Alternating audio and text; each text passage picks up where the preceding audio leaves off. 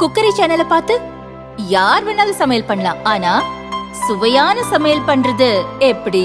நான் இதயம் நல்லெண்ணெயில சமையல் பண்றேன். ஆஹா ஓஹோன்னு பாராட்டுறாங்க. நீங்களும் இதயம் நல்லெண்ணெயில சமையல் பண்ணுங்க, பாராட்ட வாங்குங்க. தினம் தோறும் வாங்குவே இதயம் லாங்கர் லுமினா, இல்லிக்குப்பம் ரோட், குருவாஞ்சேரி ஜங்ஷன்ல இருந்து எக்ஸாக்டா 3 கிலோமீட்டர்ஸ்.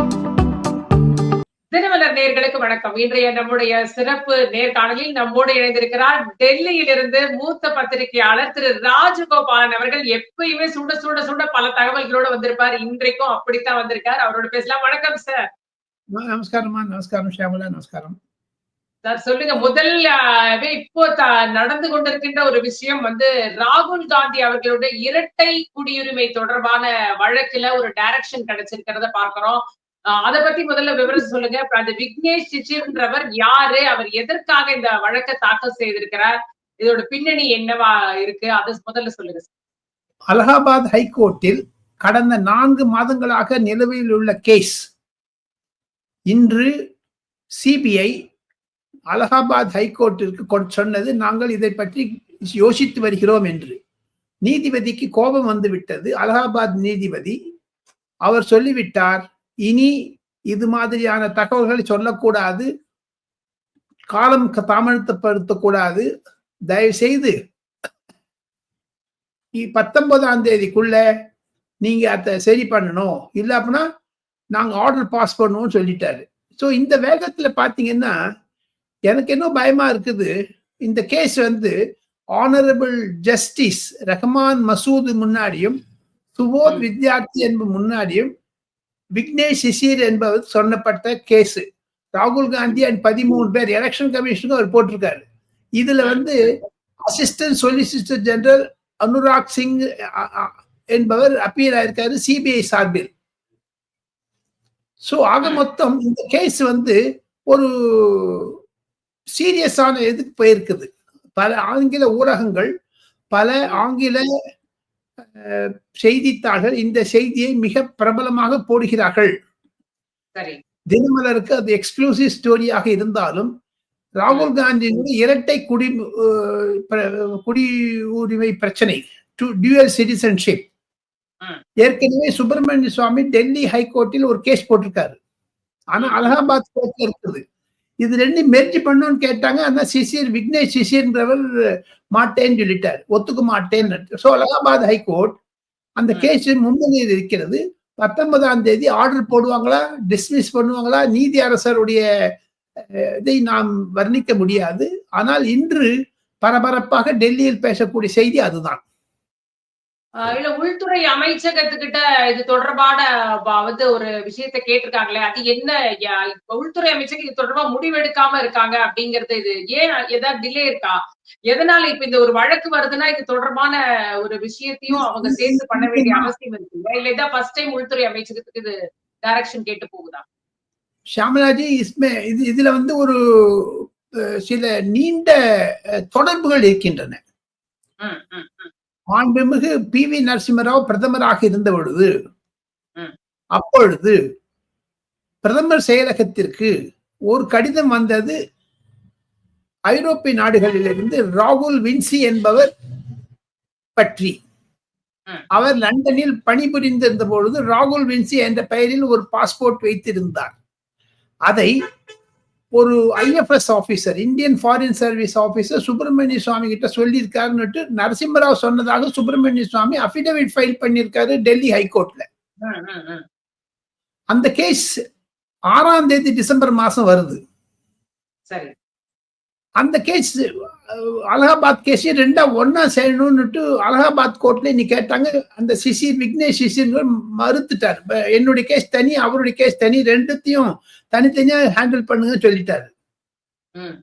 ஆனால் அலகாபாத் ஹைகோர்ட் இன்று காலை மத்திய உள்துறை அமைச்சகத்திற்கு அடிஷனல் சொலிசிட்டர் ஜெனரல் மூலமாக அனுராக் சிங் மூலமாக அந்த மசூத் என்ற நீதிபதி ஆணை போட்டு விட்டார். 19ஆம் தேதிக்குள்ள சொல்லலைன்னா நாங்க ஆர்டர் பாஸ் பண்ணுவோம் சிபிஐ என்கொயரிக்கு என்று. அந்த அசிஸ்டன்ட் சொலிசிட்டர் ஜெனரல் ஹோம் மினிஸ்ட்ரிக்காகவும் அப்பீர் ஆனாரு, சிபிஐக்காகவும் அப்பீர் ஆனாரு. ஓகே. ஓகே. அவர் வந்து ஏன்னா அது அலகாபாத்தா இருக்கிறதுனால 2 பேர் அப்பீல் ஆக முடியாது. ஒருத்தர் தான் ஆகணும்னு ஒரு ரூல் இருக்குதுங்க. ம், ம், ம், ம். ஹைகோர்ட்ல எல்லாம் அசிஸ்டன்ட் சொலிசிட்டர் ஜெனரல் அப்பீல் ஆனாலே போதுங்க. சுப்ரீம் கோர்ட்னா தான் 2 பேர் அஃபிடவிட் ஃபைல் பண்ணி அது ஒரு நியதி அது. அது மேல நம்ம பேச வேண்டாம். சரி. இருப்பினும் ராகுல் காந்தி தரப்பில் இருந்தும் ம். யோகி ஆதித்யநாத்துடைய அரசாங்க தரப்பில் இருந்தும் இன்று அலகாபாத் ஹைகோர்ட்டில் சில வழக்கறிஞர் வாதாடினார்கள். அதனுடைய சாராம்சம் 19ஆம் தேதி தான் தெரியும். 2 முறை சிபிஐ என்வலப் கொடுத்தாங்க, க்ளோஸ்ட் என்வலப். 18 பக்கத்துக்கு இருக்குதுன்னுட்டு அந்த விக்னேஷ் சிசிர் என்பவர் பலரிடம் சொல்லி இருக்கிறார். பல ஆங்கில தொலைக்காட்சி, ஹிந்தி தொலைக்காட்சியில் அவர் பேட்டி கொடுத்திருக்கிறார். ம். அதனுடைய சாராம்சம் தான். அடுத்த கேள்வியாக ஷியாமலா ராஜகோபாலன் கேட்டது, சிசிர் யார்? ம், ம். விக்னேஷ் சிசிர் என்பவர் மைசூரை சேர்ந்தவர், கர்நாடகாவை சேர்ந்தவர். அவர் ஒரு தீவிர RSS பக்தர். பிரியங்கா காந்தி வயநாடுல போன போது கூட வயநாடுல போய் ஒரு கேஸ் போட்டிருக்காரு. அந்த அம்மா வந்து இந்தியன் சிட்டிசன்ஷிப் வந்திருக்க கூடாது அப்படிலாம் சொல்லி எலெக்ஷன் கமிஷன் கேஸ் போட்டிருக்காரு. அவர் ஒரு அரசியல் ரீதியாக செய்கிறாரா என்பதையெல்லாம் ம். கிட்ட போய் பார்த்தாதான் தெரியுங்க. ஏன்னா அந்த விக்னேஷ் சிசிர் என்பவர் யாரால் இயக்கப்படுகிறார்?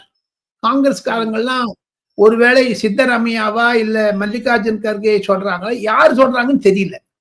ம், ம். கர்நாடகாவில் இருக்கக்கூடிய பல காங்கிரஸ் கட்சிக்காரர்கள் கூட பேசுகிறார்கள், இது காங்கிரஸால் தொடுக்கப்பட்ட வழக்கா அல்லது பாஜகவின் அரசியல். என்ன சப்போஸ் நாளைக்கு சிபிஐ ஆர்டர் பண்ணிட்டான்னு வச்சுங்க, ம், ம். உள்துறை அமைச்சரும் ஏற்கனவே ராகுல் காந்திக்கு கடிதாசி லெட்டர் போட்டிருக்காங்க, சுப்பிரமணிய சாமிக்கு லெட்டர் போட்டிருக்காங்க. இது தொடர்ந்து வருதுங்க. இந்த ஷியாமலா, இது வந்து நேத்தி இன்னைக்கு வந்த கேஸ் இல்லைங்க. ம், ம். ராகுல் காந்தி கை கழுவி போட முடியாது அப்படி.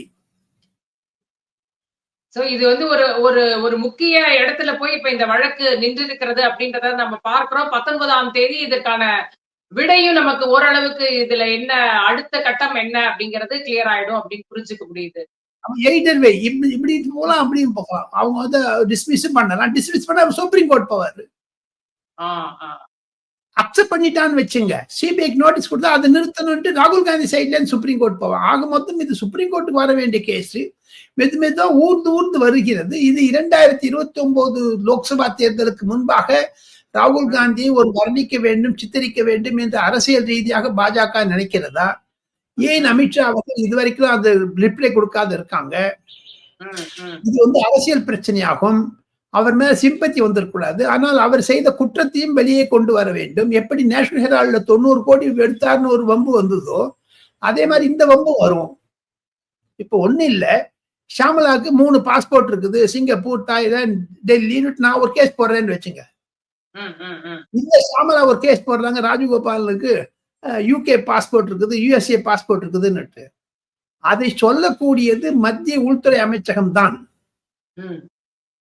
அந்த மத்திய உள்துறை அமைச்சகம் ஏன் இதில் விளையாடுகிறது என்று தெரியவில்லை. ம். அவங்க they are taking their own time. அதுல ஏதாவது பாலிடிக்ஸ் இருக்குதா, இல்ல அவங்ககிட்ட ஒண்ணுமே இல்லையா?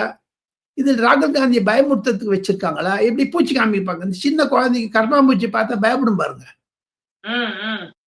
இப்படி இப்படி இப்படி இப்படி காமிப்பாங்க, இப்படி இப்படி இப்படி இப்படி அந்த குழந்தை கத்தும். ம்.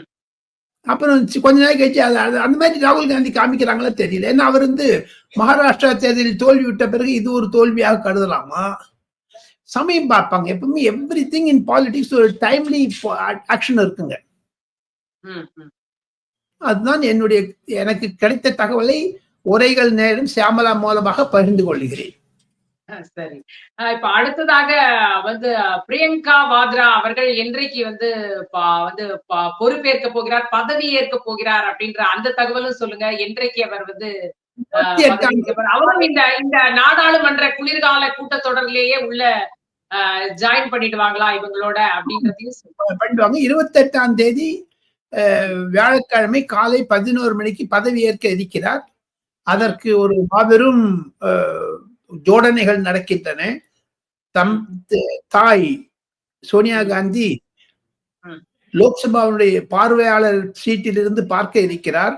அதற்கான பில்டப் நிறைய ஆகுது இப்போ. அதற்கான ஜோடனைகள். அன்று பிரியங்கா காந்தி பேச இருப்பது ஒரு சம்பல் என்ற இடத்தில் ஒரு வக்ஃப் போர்டை எப்படி முஸ்லிம்காரர்கள் மீது யோகி ஆதித்யநாத் கேஸ் போட்டிருக்காரு, அங்க துப்பாக்கி சூடு நடந்து அதை பற்றி பேச இருக்கிறார் என்று சொல்லுகிறார்கள். அந்த மாதிரி பண்ணிட்டாங்கன்னு வச்சுங்க, மெய்டன் ஸ்பீச்சாவே அப்படி இருந்ததுன்னா கண்டிப்பாக இது காங்கிரசிற்கு ஒரு உற்சாகத்தை கொடுக்கும். பாஜகவும் கிண்ட பண்ண ஆரம்பிப்பாங்க. ஒரு காங்கிரஸ் ஒரு ஹிந்து விரோத கட்சி என்பதை வர்ணிப்பார்கள். சோனியா காந்தி, ராகுல் காந்தி, பிரியங்கா காந்தி மூவருமே ஃபர்ஸ்ட் டைம் ஒரு குடும்பமே ஒரு எம்பியா இருக்காங்க. இதுதான் இந்த குடும்பம் தாங்க. அப்ப அதற்காகவாது இப்ப நாடாளுமன்றத்துல அன்னைக்கு அமளி பண்ணாம இருப்பாங்களோ? அமளி பண்றதுங்கிறது காங்கிரஸுக்கு தோத்து போட்டு தான் அமளி பண்றது தானே பண்ணுவாங்க. எங்க தமிழ்நாட்டுல இருந்து 10 எம்பி வந்திருக்காங்க காங்கிரஸ்ல இருந்து. திமுகல இருந்து 23 எம்பி வந்திருக்காங்க. இவங்க அமளியை தவிர வேற என்ன சாதிச்சிருக்காங்க சொல்லுங்க பாப்போம் தமிழ்நாட்டுக்காக. அமளி என்பது தமிழ்நாடு காங்கிரசுக்கும் சரி காங்கிரசுக்கும் சரி சர்வசாதாரணம். ஆக்கப்பூர்வமான செய்திகளை மு.க. ஸ்டாலின் முதலமைச்சர், மாண்புமிகு முதலமைச்சர் மீண்டும் மீண்டும் திமுக எம்பிக்களை சொன்னாலும் இங்கு வந்து பேச ஆரம்பிக்கிறாங்க, அமளி பண்றாங்க. தமிழ்நாடு சட்டசபை அமளி பண்ண அதிமுகவையும் திமுகவையும் பாஜகவும் சூண்டோடு போட்டுறாரு அப்பாவு. இங்க பண்ண முடியாது. இங்கு பேச்சு சுதந்திரம் இருக்கு. தமிழ்நாட்டுல பேச்சு சுதந்திரம் இருக்கா தெரியாது. எது இருப்பினும் ராகுல் காந்தி எப்படி அதானி இஷ்யூவை நாடாளுமன்றத்தில் பிரதிபலித்தாரோ, நிருபர் கூட்டம் வைத்து பிரதிபலிக்கிறாரோ, அதே மாதிரி பிரியங்கா காந்தியும் செய்வார். ஆனால் ஒரே ஒரு சூசக தகவல் என்ன என்று கேட்டால், அதிமுக, பாஜக, பாமக போன்ற கட்சிகள் கண்டிப்பாக டிசம்பர் 9ஆம் தேதி தமிழக சட்டமன்றத்தில் அதானி மு.க. ஸ்டாலின் சந்திப்பை பற்றி விளக்கம் கோரி போராட்டம் செய்வார்கள் என்ற ஒரு ரகசிய தகவல்களைத்தான் நான் கண்டுபிடித்தேன். அதை உரைகள் நேர்களுக்கு சொல்ல ஆசைப்படுகிறேன். அதானி என்றால் தமிழகத்திற்கும் பரந்தூர் விமான நிலையம், ஸ்மார்ட் மீட்டர். கரண் அதானி என்பவர் ஏன் சபரீசனுடன் பிரதிதினம் இந்த வாட்ஸ்அப்ல ஹலோ ஹவ் ஆர் யூ அப்படிலாம் போட்டுக்கிறாங்க. அது ஏன் இது? ஒரு காலத்துல ராகுல் காந்தி அதானியோட சண்டை போடுறாரு. இன்னொரு கையில பார்த்தோம்னா ரேவந்த் ரெட்டி, அசோக் கெஹ்லோட், மம்தா பானர்ஜி, சரத்பவார் இந்தி கூட்டணிக்குள்ள ராகுல் காந்திக்கு எதிராக அதானியுடன் கைகோர்த்திருக்கிறார்கள், இன்க்ளூடிங் டிஎம்கே. அதைத்தானே மறுக்கிறாங்களே, எல்லாருமே மறுக்கிறாங்களே. ரேவந்த் ரெட்டி நான் வாங்கவே இல்லப்பா, பணம் வாங்கல, வேண்டான்னு சொல்லிட்டேன் அப்படின்ற ஒரு விஷயம் வந்து எனக்கு நிதியே வேண்டான்னு சொல்லிட்டேன் அப்படின்னு ரேவந்த் ரெட்டி சொல்றாரு. தமிழ்நாட்டுல முதல்லயே எடுத்த எடுப்புலயே எங்களுக்கு அதுக்கு சம்பந்தம் இல்லைன்னு செந்தில் பாலாஜி அவர்கள் சொல்றாரு. அதனாலதான் அவங்க தைரியமா அங்க கேக்குறாங்க அப்படின்ற மாதிரியான ஒரு விஷயமும் இங்க பேசப்படுகிறது. இவங்களுக்கு இங்க இல்ல, அதனாலதான் இவங்க நாடாளுமன்றத்துல தைரியமாக போய் இந்த விஷயத்தை எழுப்புறாங்க அப்படின்னு சொல்லப்படுது. அந்த கோபத்தினால்தானோ என்னவோ முதலமைச்சர், மாண்புமிகு முதலமைச்சர் தன்னுடைய நிதானத்தை இழந்து ஐயா அன்புமணி ராமதாசனுடைய மரியாதைக்குரிய தகப்பனார் ஐயா மருத்துவர் ஐயா மீது கோபப்பட்டார். அதானி ஏன் ஸ்டாலினுக்கு கோபம் வருதுன்னு அன்புமணி கேட்பதில் ஆச்சரியம். மரியாதை குறைவாக பேசினார், மன்னிப்பு கேட்க வேண்டும் என்று பாமக கண்டிப்பாக சட்டசபையில் எழுப்புவார்கள். டிசம்பர் 9ஆம் தேதி, இன்னும் 10 நாள் இருக்குது. அதுக்குள்ள ஆரம்பி பழங்கஞ்சி ஆயிடும். நாடாளுமன்றம் அளவிற்கு இங்க வந்து ஒரு எஃபெக்டிவா இவங்களால கொண்டு போக முடியுமா? ஏன்னா நம்ம தொடர்ச்சியா பாக்குறோம் அந்த மாதிரி ஒரு விஷயமே நடக்கிறது இல்ல. ஒரு பிரச்சனையை எழுப்புறாங்க, உடனே வெளிநடப்பு இவங்களே செஞ்சிடுறாங்க. இங்க அப்படி ஒரு சினாரியோ தான் நம்ம தமிழ்நாட்டுல பார்க்க முடிகிறது. வந்து ஒரு நாடாளுமன்றத்துல நம்ம அவையே ஒத்தி வைக்கக்கூடிய அளவிற்கு, பணிகளை நிறுத்தக்கூடிய அளவிற்கு அவங்க போராட்டம் நடக்குது. ஆனா இங்க அந்த மாதிரி ஒரு விஷயம் நடைபெறது இல்லை இல்லையா? ஷியாமலா அம்மா, நான் 42 வருடம் நாடாளுமன்றத்தினுடைய குறிப்புகளை எல்லாம் பத்திரிகைகளுக்கு செய்தியாக கொடுத்தேன். ஒவ்வொரு சட்டசபைக்கும் ஒவ்வொரு தனி நியதி இருக்கிறது. நாடாளுமன்ற இப்ப இந்தியாவில 29 சட்டமன்றம் இருக்குங்க. அந்த 29 டிஃபரெண்ட் ரூல்ஸ் அண்ட் ரெகுலேஷன்ஸ் இருக்குங்க. கூண்டோடு போட்டுருவாரு. அப்ப அப்பாவுக்கு கருப்பு சட்டைன்னா கோவம் வருது. ஆனா அதே திமுக எம்பிக்கள் இங்க கருப்பு சட்டை போட்டுன்னு வர்றாரு. அதை எப்படி பண்ணும்? ஈவன் காங்கிரஸ்காரங்களே போட்டுன்னு வராங்க. சோ ஆக மொத்தம் நீங்க கேட்ட கேள்விக்கு கூண்டோடு வெளிநடப்பு செய்கிறார் என்றால் அவர்களுக்கு வேற விகல்பு இல்லையே, அதாவது வேற வழி இல்லையே, ஆப்பர்ச்சுனிட்டி இல்லையே, அதனால பண்ண. ஆனா ஒண்ணு ஒரு பொதுமக்களிடையே ஒரு கசகசப்பு, ஒரு கிசுகிசுப்பு எல்லாம் வர ஆரம்பிச்சிடுச்சு இல்லையா? அது ஒரு ஆயுதமாகத்தானே பயன்படுது. ஏங்க எல்லாத்துக்கும் ஸ்டைக்கில் விடுறாரு, போட்டோ எடுத்துக்கிறாரு, ஜிம்மு போறாரு, போட்டோ எடுத்துக்கிறாரு நம்ம மாண்புமிகு முதலமைச்சர். ஏங்க அதானியோட போட்டோ எடுத்துனா அவருக்கு அரசியல் எதிர்ப்பு வரும்ட்டு ரகசியமா அது கேட்ட உடனே கோவம் வருது. வேற வேலை இல்லையா, வேற வேலை கிடையாது அவருக்குன்ற அளவுக்கு நீங்க சொன்ன மாதிரி ஒரு நிதானம் இழக்கக்கூடிய ஒரு சூழலை நம்ம பார்க்கிறோம். இதுதான் வந்து நிலைமையாக இருக்கு. இல்ல இப்போ நாடாளுமன்றத்துல இப்படி தொடர்ந்து அமளி நடைபெற்று கொண்டிருக்குமானால் அங்கேயுமே வந்து ஒரு வந்து ஒரு சஸ்பெண்ட் அவங்களெல்லாம் சஸ்பெண்ட் பண்ணிட்டு வந்து அலுவல்களை நடத்தக்கூடிய வாய்ப்புகள் இருக்கா இந்த தடவை? அந்த மாதிரி ஒரு சான்ஸே கிடையாது. அந்த மாதிரி நாடாளுமன்றத்தில் சஸ்பெண்ட் பண்ணுவது என்றது ஓம் பிர்லாவோ அல்லது நரேந்திர மோடியோ அதற்கான ஒரு ஆயத்தங்களை இதுவரைக்கும் செஞ்சது கிடையாது இந்த விஷயத்துல, அதானி விஷயத்துல. ஏன்னா அது வந்து ஊர்ஜிதப்படுத்தப்படும் சஸ்பெண்ட் பண்ணீங்கன்னா. ஆனாலும் வக்ஃப் போர்டு என்ற பில் வந்து நிச்சயம் டிசம்பர் மாதம் 5ஆம் தேதி 6ஆம் தேதி அது இன்ட்ரோடியூஸ் பண்ணும் பொழுது அது ஒரு அமளி அப்பொழுது இருக்கும் கண்டிப்பாக. ஆனால் அது அதானிக்கும் அதுவும் பிரிஞ்சு விடுங்க. பார்லிமெண்ட் ராகுல் காந்தி அதானினால ஸ்டாப் பண்றாரு, அதாவது அமளியை உருவாக்கிறார். ஆனால் தமிழகத்தில் ஏன் உருவாக்கினால் மாண்புமிகு முதலமைச்சருக்கு கோபம் வருகிறது. ஐயா கருணாநிதி அவர்களையும் நன்றாக நான் அறிவேன். மிக மிக மிக நெருக்கமாக பழகியவன். ஐயா முரசொலி மாறன் மூலமாக, ஆற்காடு வீராசாமி அவங்க மூலமாக தான் நல்லா தெரியும் பெரியவரை. ஆனா பெரியவருக்கு இந்த நிதானம் மு.க. ஸ்டாலினிடம் இல்லை என்பதுதான் நான் பதிவு செய்ய ஆசைப்படுகிறேன். எப்பவுமே மு.க. ஐயா கருணாநிதி சொல்ல மாட்டார் இந்த மாதிரிலாம் நிதானது, அவர் வேற வேலை இல்லை அப்படின்னு சொல்லவே மாட்டார். இவருக்கு கோபம் வருது. ஒரு மெட்ரோல் பார்த்தா அடிச்சாரு பாருங்க, அந்த வீடியோ எவ்வளவு பாப்புலர் ஆச்சு. அந்த மாதிரிலாம் பண்ண மாட்டாரு அவர். கருணாநிதி அந்த மாதிரி பண்ண. நம்ம அப்படியே மகாராஷ்டிராவுக்கு வந்தோம்னா வந்து ஏக்நாத் ஷிண்டே அவர்கள் ராஜினாமா செய்து விட்டார். அந்த இது முடிஞ்சு போச்சு அந்த டேர்ம் அப்படின்றத நம்ம புரிஞ்சுக்கிறோம். ஆனால் அடுத்த முதல்வர் யார் அப்படின்றதுல இன்னமுமே அங்கு ஒரு குழப்பம் தான் நீடிச்சிட்டு இருக்கா. ஒரு தெளிவான முடிவை எடுக்க முடியலையா மகாயுத்தினால? அதற்கு பல காரணங்கள் உண்டு ஷியாமலா. ஒரு வெற்றி பெற்றார்கள், அதை 4 பக்கமும் 4 திசை, கிழக்கு மேற்கு தெற்கு வடக்கு 360 டிகிரிஸ்ல அனலைஸ் பண்ண வேண்டும் என்றால் வரக்கூடிய ஒரு 2-3 பாயிண்ட் ஏக்நாத் ஷிண்டே வச்சு ஓட்டு வாங்கினாங்க. அதை தவிர பூனே, தானே, அவுரங்காபாத், நாசிக், நாக்பூர் போன்ற இடங்களுக்கு, மும்பை மாநகராட்சிக்கு தேர்தல் வர இருக்கிறது பிப்ரவரி மார்ச் மாதத்தில். அப்பொழுது அரசியல் ரீதியாக பார்க்க வேண்டும் என்றால் ஏக்நாத் ஷிண்டே வைத்துத்தான் முள்ளை முள்ளால் எடுக்க வேண்டும் என்ற பிரச்சனை மூலமாகத்தான் ஏக்நாத் ஷிண்டே உத்தவ் தாக்கரே இன்னும் சமமா பண்ணிடுவாரு, இருக்கிற மூச்சையும் பிடிக்கிடுவாரு. பட்னவீசை வச்சீங்கன்னா அவர் ஒரு பிராமணர். அங்கு சில போராட்டங்கள் வர ஆரம்பிக்கும். மராட்டாவில் மராட்டா கோட்டா போராட்டம். அதற்கு ராகுல் காந்தி போய் எண்ணெய் விட்டுட்டு சாமானிய பகை வச்சுட்டு கல்பராஜ் காமிப்பாரு. சோ அந்த பிரச்சனைகள் 6 மாதத்தில் வளரும். அதையெல்லாம் விடுவார்களா அல்லது பாஜகவில் இது இப்ப பாருங்க, இன்னைக்கு பல ஹிந்தி பத்திரிகைகளிலும் இந்தி சேனல்களிலும் மராட்டி சேனல்களிலும் நான் மகாராஷ்டிரா தேர்தலின் போது 15 நாள் மகாராஷ்டிராவில் இருந்தேன். அப்பொழுது இருந்த சூழ்நிலை பார்த்தால் இப்பொழுது ஏக்நாத் ஷிண்டே வந்து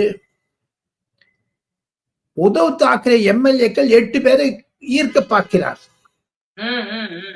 அவங்க ராஜினாமா பண்றாங்களா இல்ல வந்துடுவாங்களா, இவங்க பக்கம் சேர்ந்துடுவாங்களா, இல்ல அவங்க வந்து உத்தவ் தாக்கரே பிரிஞ்சு வந்துடுவாங்களா, அதெல்லாம் ஒரு இன்னும் எதிர்கட்சிகளை இன்னும் பலவீனமாக்க வேண்டும் என்று தான் மத்திய பாஜகவும் சரி ஏக்நாத் ஷிண்டேயும் அஜித் பவாரும் யோசிப்பார்கள். சோ இதெல்லாம் வச்சு யோசிச்ச அப்புறம் தான் யார் சீஃப் மினிஸ்டர் முடிவு போடுவாங்க.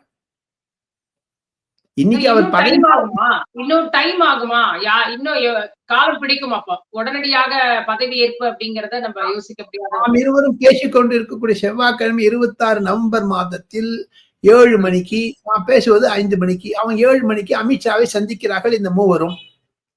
அப்பொழுது நிலைமை எப்படி இருக்கு தெரியாது. பாஜகவும் இந்த ஒரு குழப்பத்தில் தான் இருக்கிறார்கள். கண்டிப்பாக பல 8 பக்கம் பார்த்துதாங்க ஒரு முடிவு எடுப்பாங்க, தடால் எடுக்க மாட்டாங்க. இத சொல்லிட்டீங்க. அமித்ஷா அவர்களை இப்ப அவங்க சந்திக்கிறாங்கன்னு. அடுத்ததாக தமிழக ஆளுநரை அழைத்திருக்கிறார் அமித்ஷா அவர்கள் அப்படின்ற ஒரு விஷயம் சொல்லுங்க. என்ன என்னைக்கு நடக்க போகுது, எப்போ என்ன நடக்க போகுது? ஏமா நான் ஸ்கூப் சொல்றேன்னு நீங்களே சொல்லிட்டு இருக்கீங்களம்மா, இது என்னம்மா ஷாப்ல, அது தப்புங்கம்மா. இது அமித்ஷாவுக்கு ஆளுநரை கூப்பிடுகிறார் என்றால் அண்ணாமலை வரத்துக்கும் ஆளுநருக்கு வரத்துக்கும் ஒரு சம்பந்தம் இருக்குது பாருங்க. ஏதோ ஒரு அந்த இந்த என்ஐஏன்றது நேஷனல் இன்வெஸ்டிகேட்டிங் ஏஜென்சி ஒரு ரிப்போர்ட் கொடுத்திருக்காங்க. தமிழகத்தில் பல கிராமங்களில் மத மாற்றம் நடக்கிறது, இந்துக்கள் கிறிஸ்துவர்கள் ஆகிறார்கள், முஸ்லிம்கள் ஆகிறார்கள் என்ற ஒரு மாபெரும் குற்றச்சாட்டு என்ஐஏ ரிப்போர்ட் கொடுத்திருக்குது அமித்ஷா. அதை பற்றி விசாரிக்க இருக்கிறார்களா, அல்லது வரக்கூடிய மகாராஷ்டிரா ஜெயித்த பிறகு மகாராஷ்டிராவினுடைய மொத்த சட்டமன்ற உறுப்பினர்கள் 288, அதில் 237 பேர் ஜெயிச்சுட்டாங்க பட்னவிஸ், ஏக்நாத் ஷிண்டே, அஜித் பவார் மூலமாக. ஆனா உங்களுக்கு ஒரு சின்ன ஒரு ருசிகார தகவல் தரேன். தமிழ்நாடு மொத்த சட்டமன்ற உறுப்பினர்கள் எத்தனை பேரு? 234. அவ்வளவு அந்த ஒரு முழு கும்பலே அங்க இருக்குதுங்களா மகாராஷ்டிரால. அடுத்த எண்ணிக்கை தமிழகத்தை குறித்து தான் மகாராஷ்டிரா, அடுத்தது தமிழ்நாடு என்று அமித்ஷா திட்டமிட்டிருக்கிறார். அதற்காகத்தான் அண்ணாமலை சரியான சமயத்துக்கு வராரு, இவங்களை கூப்பிடுறாங்க. அமித்ஷா ஆளுநர் கூப்பிடுறாரு. ஏதாவது ஒரு டிசம்பர் 9 சட்டமன்றம் கூடுகிறது, அதற்கு முன்பாக என்ன செய்ய வேண்டும், ஏது செய்ய வேண்டும் என்று ஒரு திட்டங்களை வகுப்பதற்காக சனிக்கிழமை அவர் வர இருப்பதாக டெல்லியில் தகவல்கள் கிடைக்கின்றன. எது இருப்பினும் பாஜகவிற்கு மகாராஷ்டிராவிலும் ஒரிசாவிலும் ஆந்திர பிரதேசத்திலும் எப்படி பாஜகவிற்கு ஒரு மாபெரும் அலை வீசியதோ அது மாதிரியான அலையை தமிழகத்தில் உண்டாக்க இருக்கிறார்கள் என்பதுதான் ருசிகர தகவல்களாக நான் தர இருக்கிறேன். அது நடக்குமா நடக்காதா? டிஎம்கே இதனால ஒரு ஓட்டுக்கு 1000 ரூபாய் 2000 ரூபாய் கொடுக்கறது 4000 ரூபாய் தருவாங்களா? அதெல்லாம் இருக்குது இல்ல. இனிமேல் போக போக அவங்களுக்கு தெரியும்ல விஷயம். இல்ல இப்ப நீங்க தமிழகத்துல அவ்வளவு இடங்களை பிடிக்கணும் அப்படின்னா அதற்கான ஒரு கூட்டணி வேணும் இல்லையா? அது அந்த இடமே இன்னும் பிஜேபி அந்த இடத்துல கொஞ்சம் பின்தங்கி இருக்கிறத தானே நம்ம பார்க்கிறோம். அதுல என்ன மாற்றங்கள் ஏதாவது வரக்கூடும்னு நீங்க கணிக்கிறீங்களா? அது எல்லாமே ஏப்ரல் மே மாசத்துக்கு முன்னாடி ஒண்ணும் நடக்காதுமா ஷாம்லா. ஏப்ரல் மே மாசத்துக்கு மட்டும் இப்ப பாஜகவிற்கு அடுத்ததாக வக்ஃப் போர்டு பாஸ் பண்ணி ஆகணும்.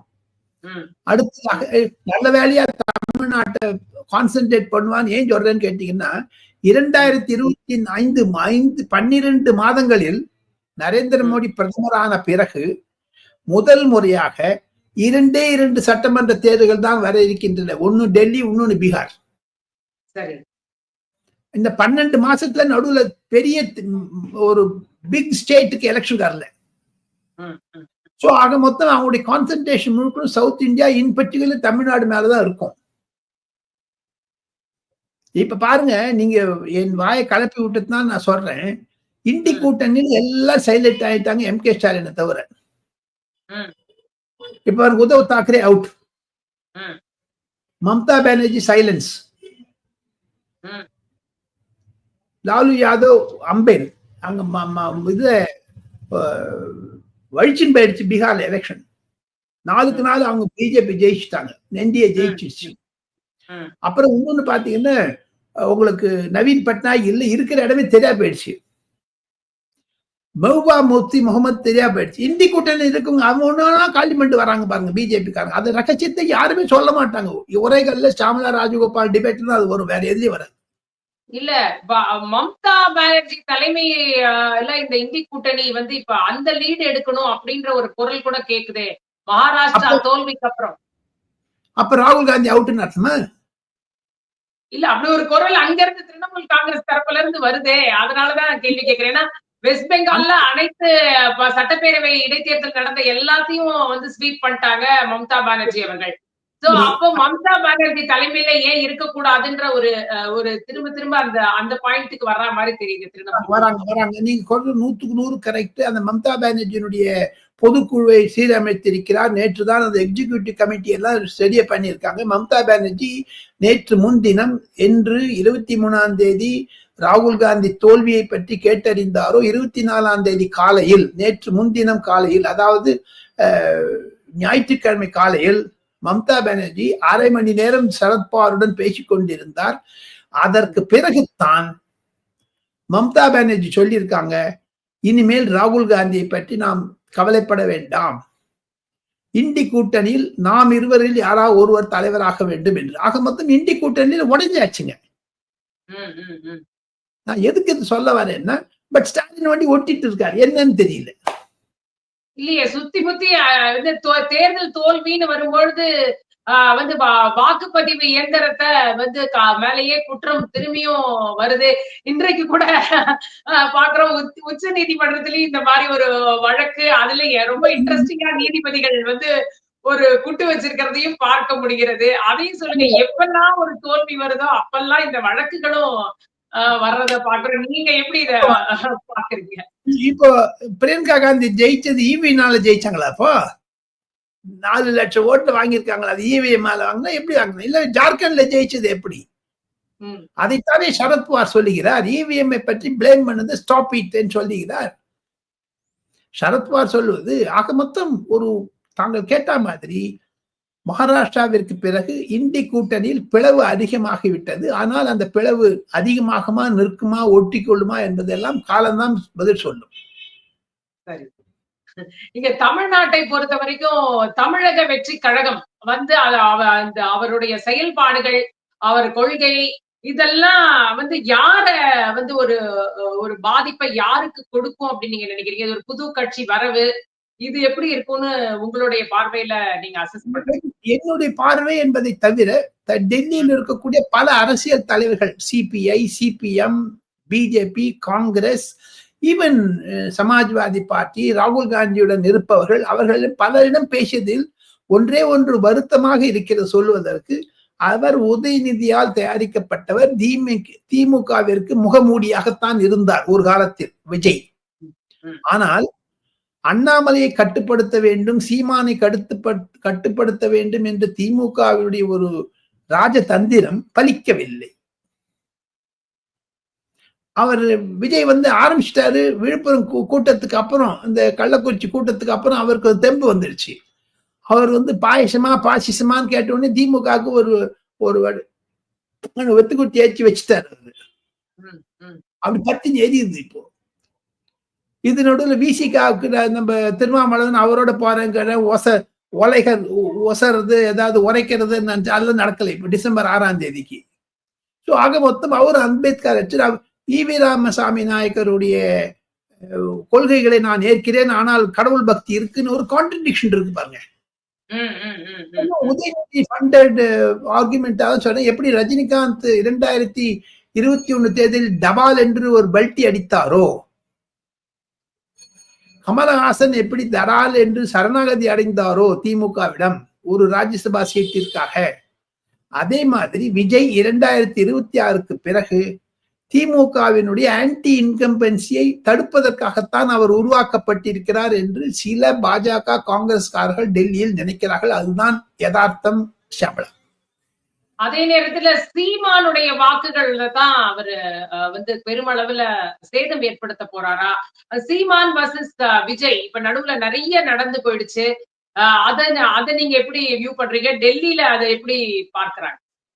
சீமான் வந்து ரஜினிகாந்தை சந்தித்ததில் ஒருவேளை சீமானுடைய பேச்சுக்கள் கடந்த ஒரு வாரமாக 15 நாட்களாக இருப்பதை பார்த்தால் அது திமுகவிற்கு எதிர்த்துதான் பேசுகிறார். காரணம், விஜயை திமுக உருவாக்கிவிட்டது என்று சீமானும் நினைக்க கூடும். அரசியல் ரீதியாக சீமானுடைய பேச்சு, சீமானுடைய நிலைப்பாடு கடந்த 3-4 வருடங்களாகவே திமுகவிற்கு எதிராக இருந்தாலும், அவர் சசிகலாவை போய் பார்த்தாரு, எடப்பாடி பழனிசாமி பார்க்கிறாரு, இப்ப ரஜினிகாந்த் பார்த்தாரு. சோ இதெல்லாம் வச்சு பாத்தீங்கன்னா, பேனா ஐயா கலைஞருடைய பேனாவை நிறுத்திட்டாரு மெரினால. இப்ப சேலையை உடைக்கிறேன்னு ஆரம்பிச்சிருக்காரு. அது ஒரு மாபெரும் வன்முறை செயல். அது எது மாதிரி தமிழ்நாட்டில் இருந்ததே கிடையாது. இப்ப பங்களாதேஷில் நடந்த மாதிரி பெடரல் காஸ்ட்ரோவை தீக்கிற மாதிரி ஈஜிப்ட்ல எல்லாம் நாங்க பண்ணுவோம்லாம் சொல்லி அவர் உரையாடுவதும், அண்ணாமலை அவர்கள் ஸ்ரீரங்கம் கோவில் ரங்கநாதர் கோவில் முன்னாடி ஈவி ராமசாமி நாயக்கர் சிலையை அகற்றி வைப்போம் என்று சொல்லுவதெல்லாம் தமிழகத்தில் ஒரு நூதன அரசியலாக நான் பார்க்கிறேன். அதை மத்திய பாஜக ஊக்குவிக்கிறதா, காங்கிரஸ் ஊக்குவிக்கிறதா, டெல்லியிலிருந்து செய்திகளா, இதெல்லாம் வெயிட் பண்ணி பார்க்கணும். ஆனால் சீமானுடைய ஆக்ரோஷம் கண்டிப்பாக திமுகவினுடைய எதிர்ப்பாகத்தான் மாறும். அது நேச்சுரலாகவே எடப்பாடி பழனிசாமியும் அண்ணாமலையும் பாமகவையும் ஒன்று சேர்க்கும் என்று தான் யதார்த்தமாக டெல்லியில் பேசுகிறார்கள். அது ஒரு கிசுகிசு. சரி. அதாவது பல விஷயங்கள சொல்லியிருக்கீங்க. இன்னும் நம்ம மீண்டும் மீண்டும் சந்தித்து நிறைய பேசலாம். நிறைய லேட்டஸ்ட் தகவல்களை உங்ககிட்ட கேட்டு பெறுறோம். தற்போதைய நிலையில நன்றி, வணக்கம். நமஸ்காரம்.